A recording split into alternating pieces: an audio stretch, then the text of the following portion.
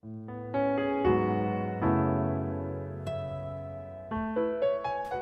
함께 나누실 말씀은 여호수아 7장 1절에서 12절까지 말씀이에요. 저와 여러분이 한 절씩 교대로 읽으시겠습니다. 이스라엘 자손이 온전히 바친 물건으로 말미암아 범죄하였으니 이는 유다 지파 세라의 증손 삽디의 손자 갈미의 아들 아간이 온전히 바친 물건을 가졌음이라. 여호와께서 이스라엘 자손에게 진노하시니라. 여호수아가 여리고에서 사람을 베델 동쪽 베다웬 곁에 있는 아이로 보내매 그들에게 말하여 이르되 올라가서 그 땅을 정탐하라 하매 그 사람들이 올라가서 아이를 정탐하고 여호수아에게로 돌아와 그에게 이르되 백성을 다 올라가게 하지 말고 2-3천 명만 올라가서 아이를 치게 하소서.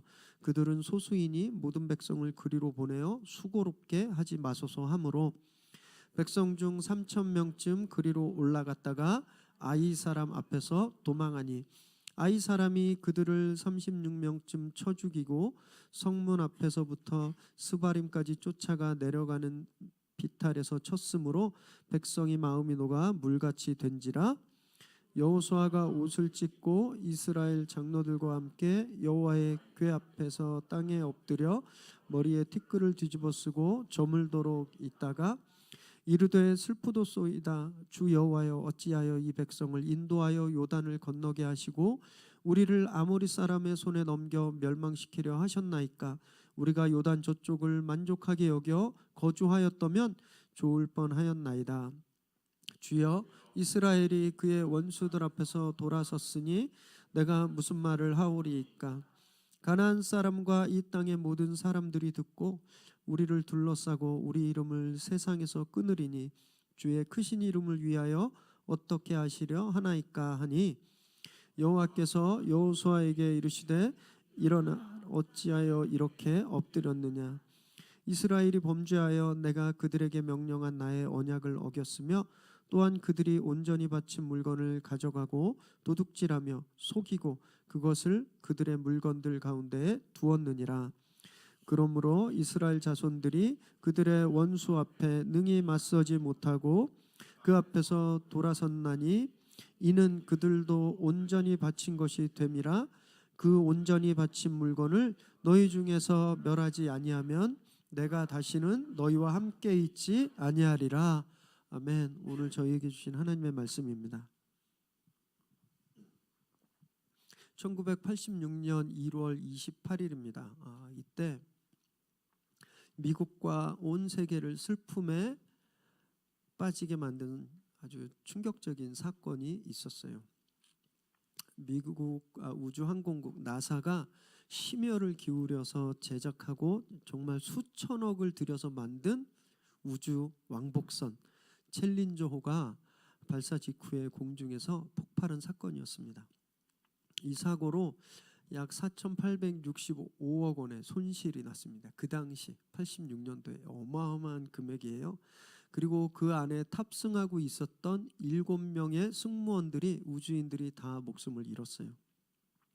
그런데 정말 우리를 안타깝게 만들었던 건요.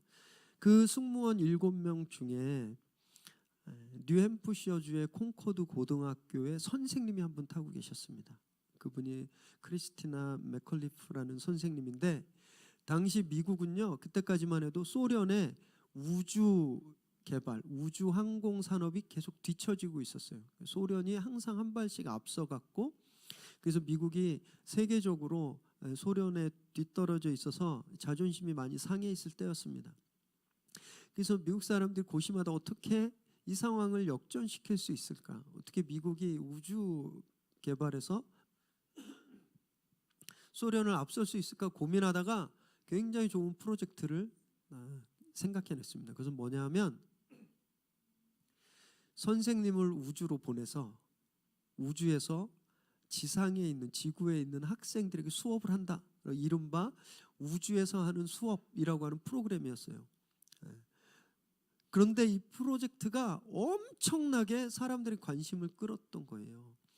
우주에서 생방송으로 지구에 있는 학생들과 공부를 한다. 그래서 미국 사람들이 막 들끓어 올랐어요. 우주인 선생님 모집에 11,000명이 지원했습니다. 11,000명 선생님들이. 그래서 이 크리스티나 선생님이 11,000대 1의 경쟁률을 뚫고 선발이 된 거예요. 선발이 되자마자 온 미국에 집중을 받았습니다. 선생님이 오늘 아침에 시리얼을 우유에 타먹었는지 우유에 시리얼을 타먹었는지 막 뉴스에 보도가 됐고, 가는 곳곳마다 오늘은 선생님이 학교에서 무슨 강의를 했다, 오늘 선생님이 무슨 옷을 입었다, 전 미국의 인기 스타가 됐어요. 그런데 1월이었기 때문에 겨울이었잖아요. 그리고 갑작스럽게 강추위가 몰려와서 이 발사하기로 된 날짜가 계속 연기가 되는 거예요. 4번이나 연기가 됐었습니다. 당일날도 현장의 기술자들이 너무 위험하다, 날씨가 너무 춥고 이상이 생길 수 있다, 연기하자라고 했었어요. 그런데 이 나사의 지도부가 도저히 더 미룰 수가 없었던 거예요. 왜냐하면 전 여론이 언제 발사하냐, 막 도대체 가긴 가냐, 막 이런 부담감을 견딜 수가 없었던 겁니다. 그래서 결국 86년 1월 28일에 챌린저5를 발사하게 됐어요. 그 사진을 제가 준비했는데 한번 보여주실까요? 이렇게 발사했습니다. 그런데 안타깝게도 이륙 직후 정확히 73초 후에, 다음 그림 한번 보여주세요. 공중에서 이렇게 폭파했어요. 실제 사진입니다. 이 장면이요, 생방송으로 미국뿐만이 아니라 전 세계에 중계되고 있었어요. 비행선이 올라가다 공중에서 저렇게 폭파하는 사건을 지켜보았던 사람들은 어땠을까요? 정말 완전 패닉에 빠졌습니다. 이 이후로 2년간 미주의 항공산업이 완전 올스탑 됐었어요. 그리고 여러분은 잘 기억 못하실 거예요. 존 덴버가, 그리고 막 탑스타 가수들이 이 사고를 추모하는 추모곡을 불러서 막 발표하게 됐죠. 여러분, 이 엄청난 이 비극, 이 사건의 원인이 무엇이었는지 아세요? 원인이 천문학적인 가격의 엔진 결함도 아니었어요. 수백억 했던 이 제트 추진체의 문제도 아니었고, 복잡하고 아주 민감했던 컴퓨터 회로의 문제도 아니었고요. 이 사건의 원인은 직경 11m짜리 고무 패킹, 고무링 때문이었어요. 고무링. 수도관에 이렇게 쇠파이프를 연결할 때 속에 넣는 조그만 고무링 있죠? 그게 11m짜리 그 고무링 때문에 이 비극이 일어난 거예요. 날씨가 너무 추워서 얼었다 녹았다 해서 이 고무링에 부식이 생긴 거예요. 고무가. 그래서 현장 기술자들이 이걸 바꿔야 된다, 이걸 다시 제작해서 바꿔야 된다고 했어요. 근데 나사 지도부가, 야, 그게 뭐가 그렇게 큰 문제야? 이 우주선 수천억 원이 들어간 우주선에 그깟 고무링이 뭐가 그렇게 대단하다고 발사를 연기해야 되냐라고 그랬어요. 아무 문제 아닐 거다. 왜냐하면 너무너무 하찮으니까. 그렇죠? 우주선의 그 고무링은요, 고무 패킹은 전혀 문제가 되지 않았기 때문에. 그래서 그냥 발사를 했어요. 그런데 발사 직후에 이 부식된 고무링 주위로 연료가 새기 시작했습니다. 그래서 불 붙고 있었던 그 화염구 있죠, 제트 엔진에 불이 옮겨 붙어서 연료 탱크가 터져버린 거예요. 우주선이 발사가 되면 이 연료 탱크는 2분 정도 추진을 하고 자연적으로 떨어져 나간대요. 그 2분 동안 대기권으로 쏘아 올리기만 하면 되거든요. 2분? 그런데 이 2분을 못 견딘 거예요. 만약에 이들이 이 고무링을 점검해서 쐈다면, 혹시 이 고무링이 2분만 버텼다면 세계가 달라졌을 겁니다. 지금 우리는 우주와 한국이 이렇게, 선생님은 우주에 있고 우리는 여기서 TV 보면서 교육할 수 있는 그런 시대가 됐었을 거예요. 너무너무 허무했어요. 그리고 당시 기사를 보면 지금 현재 현존해 있습니다. 86살인데 그 기술자, 이 고무링에 문제가 있다라고 계속 지적했던 이 기술자는 30년 넘도록 우울증과 트라우마에 시달리고 있대요. 죽는 줄 알았다는 거예요. 자기는 수천억 원에 비하면 진짜 보잘것없는, 우리 생각에 이건 있어도 그만 없어도 그만일 것 같았던 그 보잘것없는 그 작은 고무링이 여러분이 사람들과 미국 역사에 큰 슬픔을 남기는 그런 비극을 만들어냈다는 거예요. 살다 보면 엄청난 일 때문이 아니라 진짜 우리가 하찮게 생각하고 아무것도 아니다, 이건 뭐 문제도 아니다라고 생각했던 그런 작은 것들 때문에 우리가 실패하거나 낭패를 당하는 경우가 저희도 있게 되는 것이죠. 지난주 본문에서 보면 여리고를 무너뜨렸어요. 엄청나게 견고하고 높은 성, 그 여리고성을 무너뜨렸습니다. 이스라엘이 돌 한 번 던지지 않았는데 무너진 거예요. 자기들이 한 일이 아무것도 없어요. 그런데 성이 함락된 겁니다. 얼마나 기뻤을까요? 막 6일 동안 돌고 7일째 7바퀴를 돌 순간 성이 눈앞에서 무너지고 그 성을 취한 그들은요, 자신감이 뭐 하늘을 뚫고 올랐을 거예요. 그리고 야, 이제 우리는 진짜 못할 것 없겠다, 가나안 그냥 들어가기만 하면 다 우리 거가 되겠다, 자신감이 막 가득 차 있었겠죠. 근데 이렇게 큰 승리의 와중에 이렇게 큰 기쁨이 막 커져가는 그 중간에 아주 작은 일이 아무도 모르게 일어난 거예요. 1절 말씀을 함께 읽습니다. 시작. 이스라엘 자손들이 온전히 바친 물건으로 말미암아 범죄하였으니 이는 유다 지파 세라의 증손 삽디의 손자 갈미의 아들 아간이 온전히 바친 물건을 가졌음이라. 여호와께서 이스라엘 자손들에게 진노하시니라. 하나님이 여리고성 전쟁을 명령하시면서 분명히 하신 것이 있었습니다. 그것은 뭐냐면 진멸하라라는 것이었어요. 헤렘, 거기에 사는 모든 생명은 가축까지 다 죽여라. 그리고 거기에 있는 금, 은, 동, 철제는 하나도 남김없이 다 거두어서, 너네들이 가지면 안 돼, 다 거두어서 여호와의 성막, 여호와의 장막 그 안에 두어라. 아무것도 가지지 말라는 명령이었습니다. 이 진멸이에요. 헤렘이었어요. 그런데 유다 지파의 아간이라는 사람이 약간의 전리품을 챙긴 거예요. 이게 얼마나 적은 양이었냐면 다음 주 본문이지만 7장 21절을 한번 읽겠습니다. 시작. 내가 노략한 물건 중에 시날산의 아름다운 외투 한 벌과 은 200세겔과 그 무게가 50세겔 되는 금덩이 하나를 보고 탐내어 가졌나이다. 보소서, 이제 그 물건들을 내 장막 가운데 땅속에 감추었는데 은은 그 밑에 있나이다 하더라. 요즘으로 치면 고급 밍크코트 한 벌, 그리고 은 200세겔 50세겔짜리 금덩이는 요즘 돈으로 계산하니까 은은 한 50만 원어치 돼요. 50만 원. 금은 약 730만 원 정도 돼요. 그래서 합쳐서 한 800만 원 조금 안 되는 걸 자기가 가진 거예요. 여리고성이 얼마나 컸는데요. 그곳에 얼마나 많은 금이 있었고 그곳에 얼마나 많은 보화가 있었는데 그 중에 한 800만 원쯤 자기가 쓱 넣은 거는요, 티도 안 나는 거예요. 그리고 그 물건을 아간이 숨기는데 아무도 몰랐다는 거예요. 가족도 몰랐고 옆에서 같이 전쟁했던 사람들도 아간이 슬쩍 하는 걸 모를 정도로 굉장히 작은 양이었어요.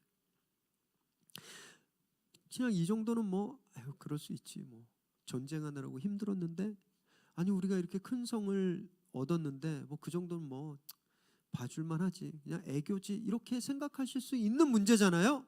그런데 하나님은 전혀 그러지 않으셨어요. 하나님이 이 작은 것 때문에 분노하셨다는 거예요.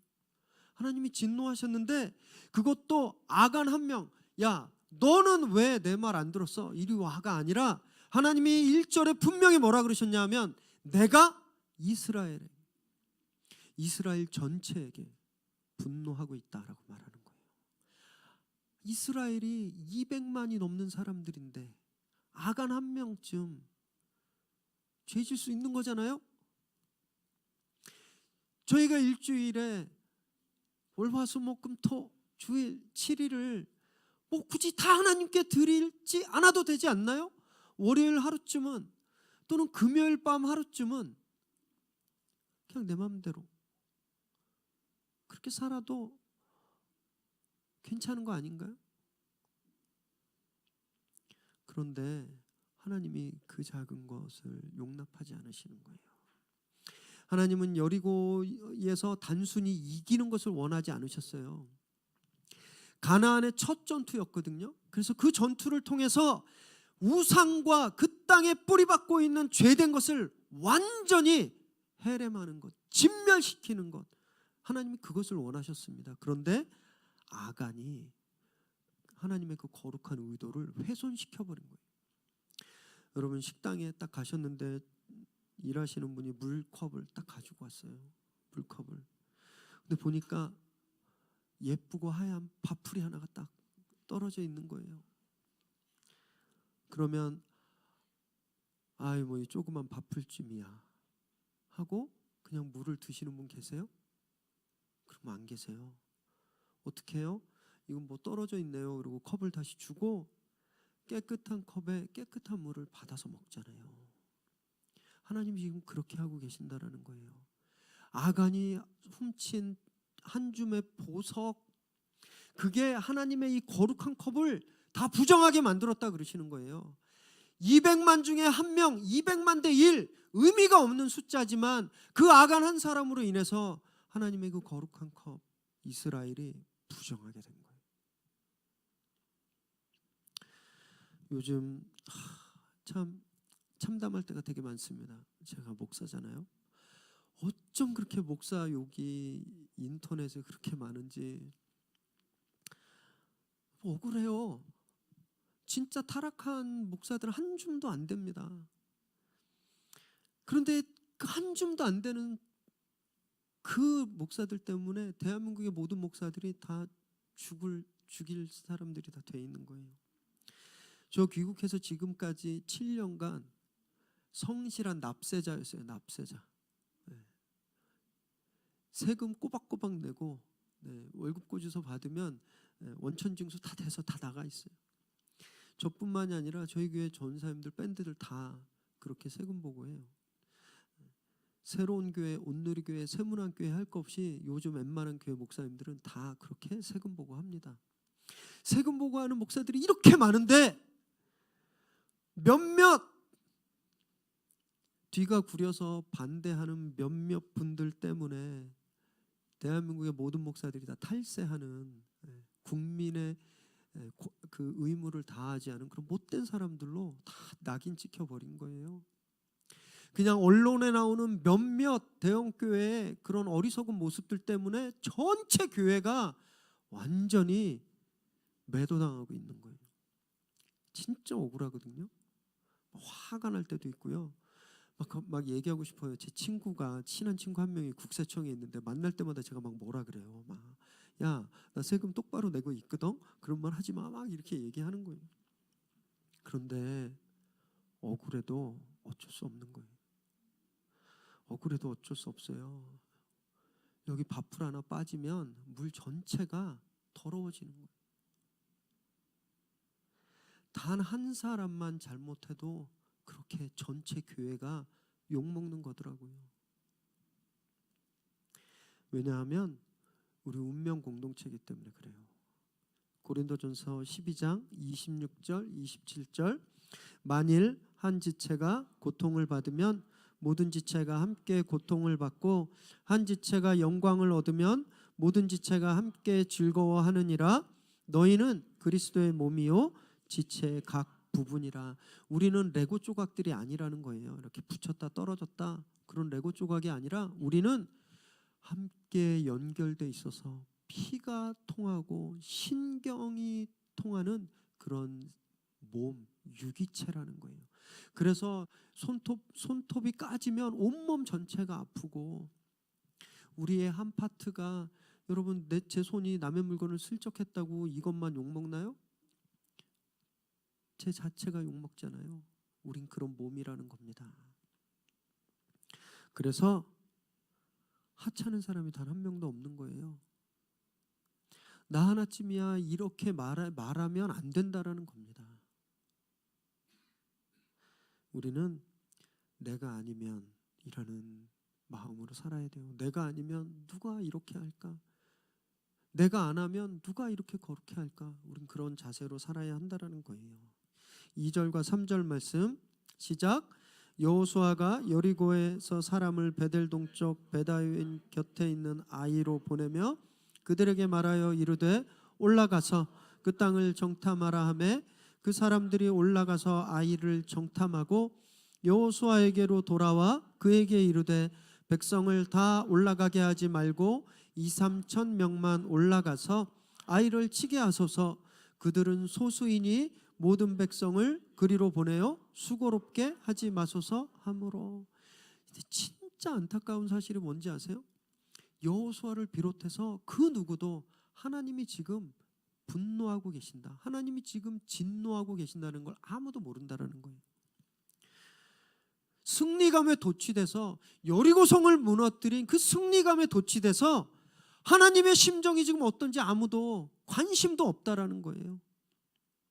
자기들 마음대로 아이성에 정탐을 보내고 아이성을 공격하기로 했어요. 아이성 지도를 한번 보여주실까요? 아이성은요 보이지도 않아요. 이름만 나와요. 여리고에서 베델 쪽으로 약 9km 정도 떨어져 있는 조그만 성이에요. 이 정말 우연의 일치일까 아니면 언어가 옛날에 하나였나 이런 생각을 할 정도로 진짜 아이처럼 조그만 성이었습니다. 이 아이성이 이름의 뜻은 폐허, 황폐한 그냥 작은 언덕이라는 이름을 가지고 있었어요. 그 8장 여호수아 8장 25절에 보면 이 아이성에 거주하는 인구가 12,000명이라고 나옵니다. 12,000명. 그럼 생각해 보세요. 전체 인원이 12,000명이면 전쟁할 수 있는 군인의 숫자는 몇 명일까요? 한 3분의 1 정도 될 거 아니에요?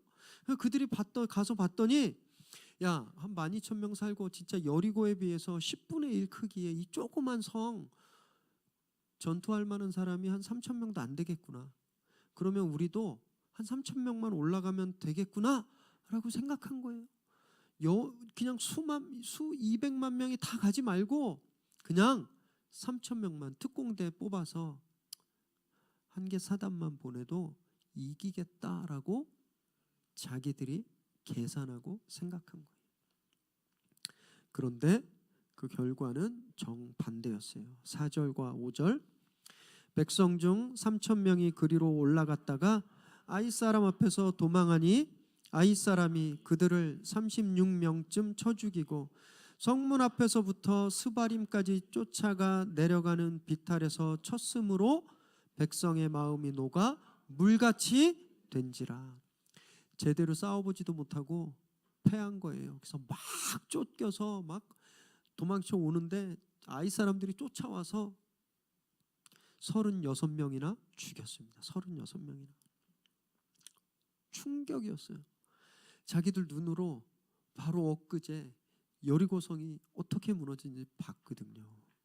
그런데 여리고성에 비하면 진짜 어린 아이와 같은 그 아이성에 갔는데 오히려 자기들이 36명이나 특공대가 36명이나 죽은 거예요. 그래서 이들의 마음이 녹아서 물처럼 되었습니다. 여러분, 이 마음이 녹아서 물처럼 되었다, 어디서 많이 들어본 표현이 아니세요? 얼마 전까지 가나안 사람들의 마음이 녹아서 물처럼 되었었어요. 여호수아 5장 1절 말씀을 읽겠습니다. 시작. 요단 서쪽의 아모리 사람의 모든 왕들과 해변의 가나안 사람의 모든 왕들이 여호와께서 요단물을 이스라엘 자손들 앞에서 말리시고 우리를 건너게 하셨음을 듣고 마음이 녹았고 이스라엘 자손들 때문에 정신을 잃었더라. 이스라엘이 가나안 요단강을 건넌 것 때문에 가나안 모든 왕들의 마음이 어떻게 됐다고요? 녹아버렸어요. 물처럼. 큰 승리를 거두고 나니까 작은 성이 하찮아 보인 거예요. 문제가 아닐 거라고 생각한 거예요. 그래서 하나님한테 물을 필요도 없다라고 생각한 겁니다. 그래서 요단을 건널 때, 요단 건너기 전에 아모리 족속 시혼과 오극의 군대를 멸할 때, 요단을 건널 때, 여리고로 행군할 때 다 그곳에는 하나님의 음성이 있었어요. 하나님의 음성이. 그런데 이 아이성을 칠 때는 하나님이 침묵하고 계신 거예요. 하나님의 음성이 등장하지 않습니다. 아예 하나님께 묻질 않은 거예요. 자기들의 계산, 야, 이 정도면 3천만 가면 되겠다. 그래서 3절에 보니까 수고롭게 하지 말고, 그냥 귀찮게 하지 말고, 그냥 번거롭게 하지 말고, 하나님 음성이 아니에요. 자기들의 생각이에요. 자기들이 계산해 보니까 다 가는 거 너무 번잡하고 복잡하고 수고로울 것 같아요. 그러니까 그냥 편하게 3,000명만 가자. 여리고 전투에서는 이런 계산이 없었어요. 여리고 전투 기억하시죠? 어떻게 했어요? 하나님이 하루에 한 번씩 6일간 걸어, 그냥 계속 걸었어요. 7일째 7바퀴 돌아, 그냥 계속 돌았어요. 소리 질러 그러면 소리 질렀어요. 지극히 비상식적이고 비합리적인 명령인데 계산하지 않고 들은 대로 그대로 했어요. 그랬더니 무슨 일이 일어났냐 하면 그들의 마음이 물처럼 녹아버린 거예요. 원수들이. 그런데 아이성에서는 자기들이 계산했어요. 자기들이 비교하고, 그래서 하나님 말씀 없이 자기들이 계산한 대로 했더니 자기들의 마음이 녹아서 물처럼 된 거예요. 제가 교회를 개척하기 전에 대형 교회에서 사역했었잖아요, 그죠? 한 4,000명이 좀 넘는 교회에 이제 행정 수석으로 사역을 했기 때문에 이 정도 개척교회는 만만하겠다 이렇게 생각했었습니다. 그래서 그냥 머릿속에 자연스럽게 탁 막 떠오르는 거예요. 아, 뭐 언제 뭐 하면 되겠고, 어떨 때는 뭐 하고, 뭐 이때쯤 지나면 이렇게 하고, 뭐 이렇게 하면 되겠다. 그리고 뭐 성도님들은 이렇게 조직하고, 이 사역은 이렇게 하면 되겠다. 우리 예산이 얼마 있고, 개척 자금이 얼마 있으니까 뭐 이렇게 하면 되겠네. 머리에 자동적으로 4,000명 살림을 해봤던 그런 가락이 있어서 좀 한한 개척교회는요 일도 아니었어요. 그래서 머릿속으로 계산을 막, 정말 이상하게 계산한 대로 안 되는 거예요. 계속 타이밍이 어긋나고 제 마음이 녹아서 물처럼 되더라고요. 너무너무 힘들었던 거예요. 왜 그럴까? 그 큰 살림도 3년 이상 잘 했는데 그때는 너무너무 뭐 할 때마다 잘 됐거든요. 막 성공하고 사람들이 칭찬도 막 받고. 그런데 왜 100분의 1 될까요? 네.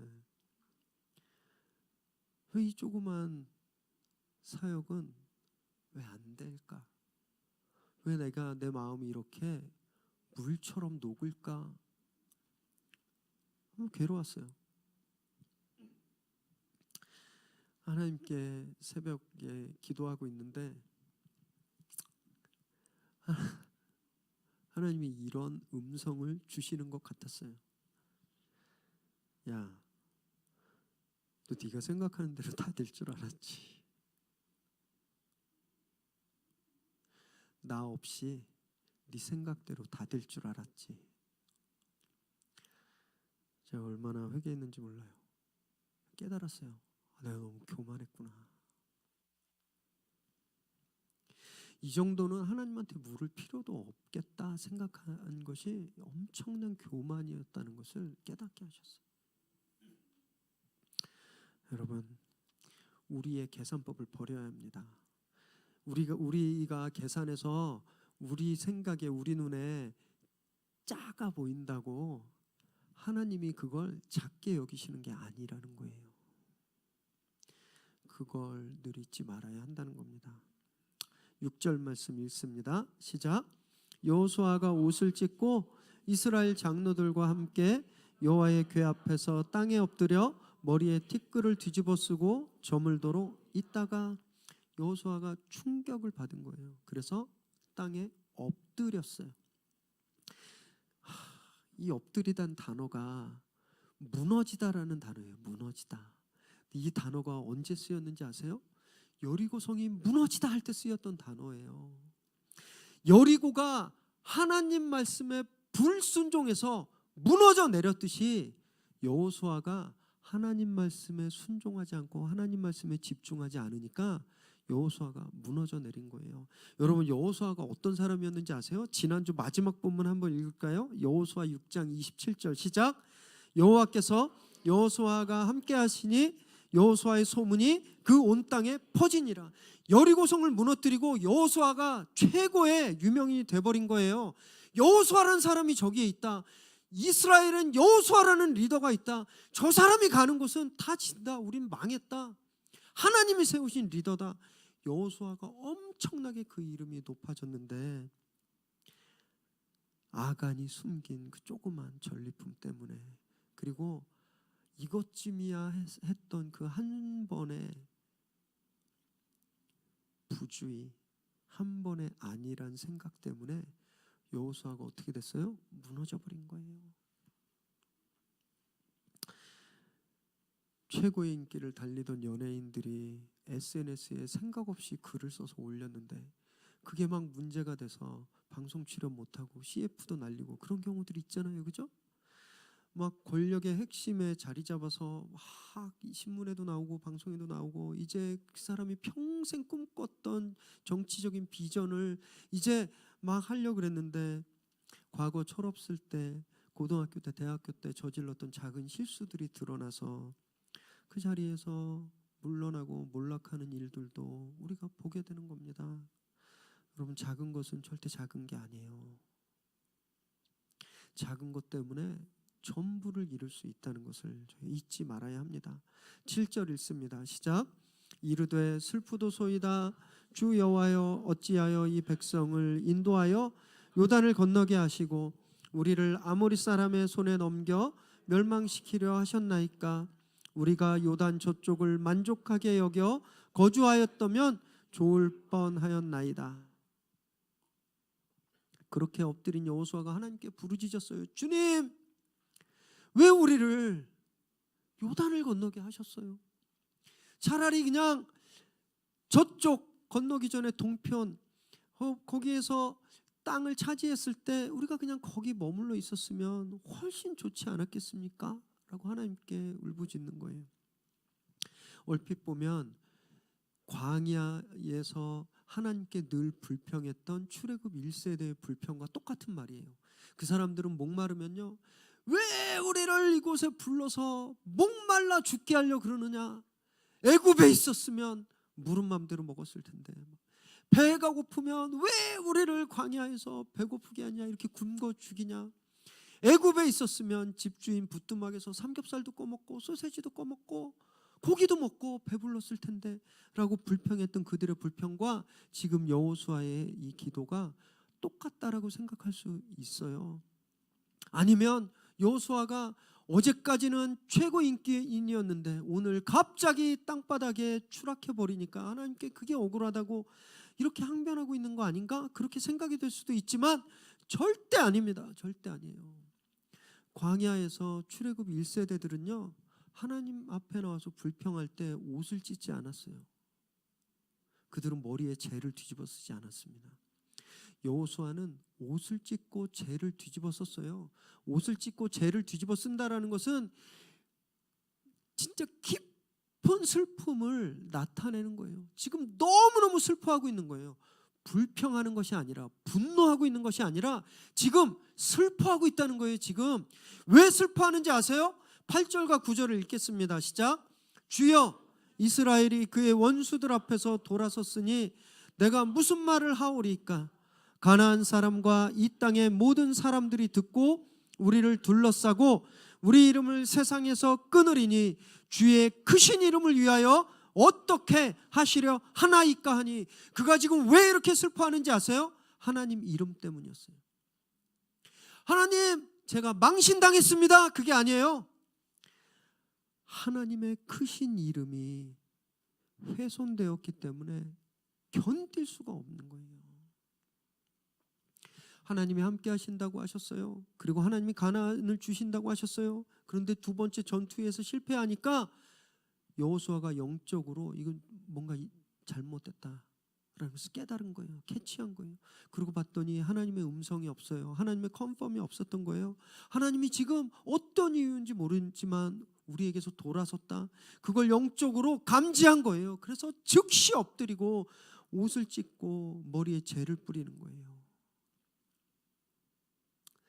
하나님, 어떤 이유인지 모르지만 하나님이 안 계셔서 지금 우리가 이런 실패를 경험했는데 하나님, 이것 때문에 그 높으신 하나님의 이름이 모욕을 당하면 어떻게 합니까? 그렇게 슬피 울고 있는 거예요. 차라리 동편, 요단 동편 저쪽에서 아모리 땅을 차지했을 때, 그래서 하나님의 이름이 높아졌을 때 우리가 그냥 거기에 머물러 있었으면 하나님의 이름이 계속 그렇게 높아져 있지 않았겠습니까? 그런데 왜 이렇게 수치의 자리에 우리를 두시는 거예요? 라고 기도하는 겁니다. 우리도 하나님 앞에서 엎드려 울부짖을 때가 있어요. 그죠? 하나님, 너무 억울해요. 내가 손해봤을 때, 내 것을 잃었을 때, 남이 나에게 상처 주었을 때 우린 주로 그때 하나님께 울면서 기도해요. 주님, 너무 견디기 힘들어요. 저 못된 사람이 나를 또 괴롭혀요. 내가 모욕을 당했어요. 내 이름이 땅에 떨어졌어요. 여러분, 이런 기도는 출애굽 1세대가 했던 그런 불평과 똑같다는 거예요. 내 불편함을 위해서, 내 만족을 위해서, 나의 영광을 위해서 하는 기도는 출애굽 1세대가 배고프니까 하나님께 불평하면서 밥 달라고 하는 것과 똑같은 기도라는 겁니다. 여호수아 같은 기도를 드려야 하는 거예요. 내 불편이 아니라 하나님의 이름 때문에 울어야 한다는 거예요. 그래야 응답받습니다. 내가 아니고 내 안에 계신 예수 그리스도 때문에 옷을 찢고 머리에 재를 얹고 기도해야 되는 거예요. 기도의 중심이 나를 만족시키는 것, 나의 영광이 아니라 하나님으로 옮겨질 때 그 기도가 응답받는다는 거예요. 10절 말씀 읽습니다. 시작. 여호와께서 여호수아에게 이르시되 일어나라, 어찌하여 이렇게 엎드렸느냐. 그렇게 여호수아가 하나님의 이름 때문에 울며 기도할 때 하나님이 말씀하시잖아요. 일어나라.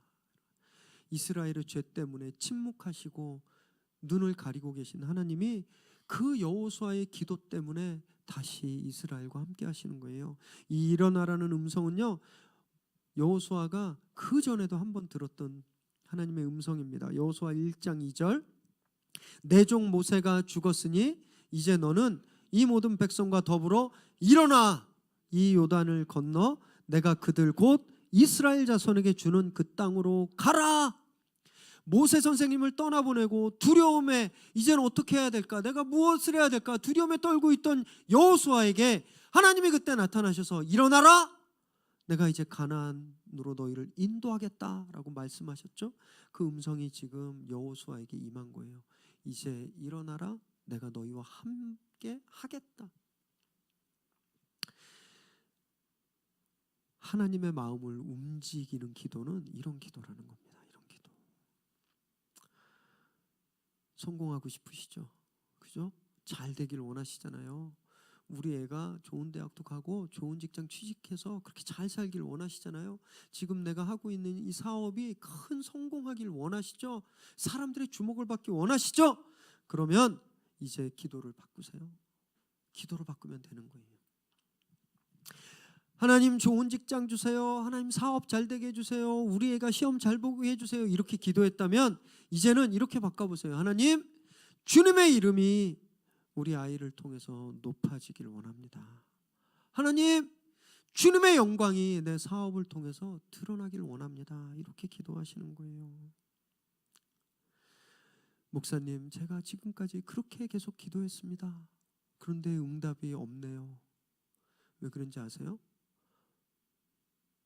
입으로만 했기 때문에 그래요. 입으로만. 속에는 내 욕심을 감추고 있으면서 사실은 나는 우리 애가 남들보다 잘 사는 걸 원해요. 나는 사실은.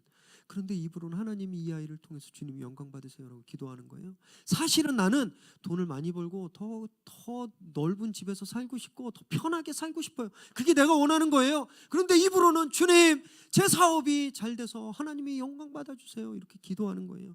실제는 옷을 찢지도 않고 죄를 바르지도 않으면서 입으로는 그렇게 이야기하고 있는 건 응답이 없는 겁니다. 여러분, 여호수아처럼 하나님 앞에 무너져 내려야 돼요.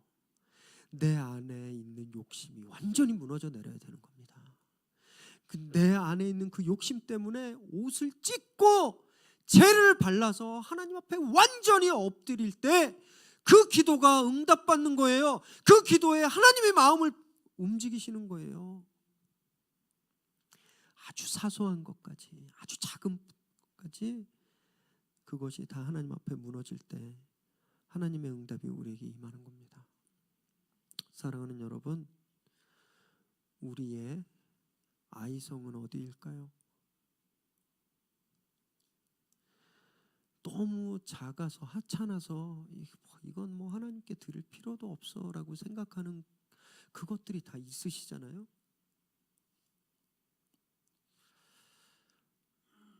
그래서 우리가 실패하게 만드는 치명적인 교만의 자리, 그럼 그것이 어디일까요? 작은 것들은 절대 눈에 보이는 것처럼 작지가 않습니다.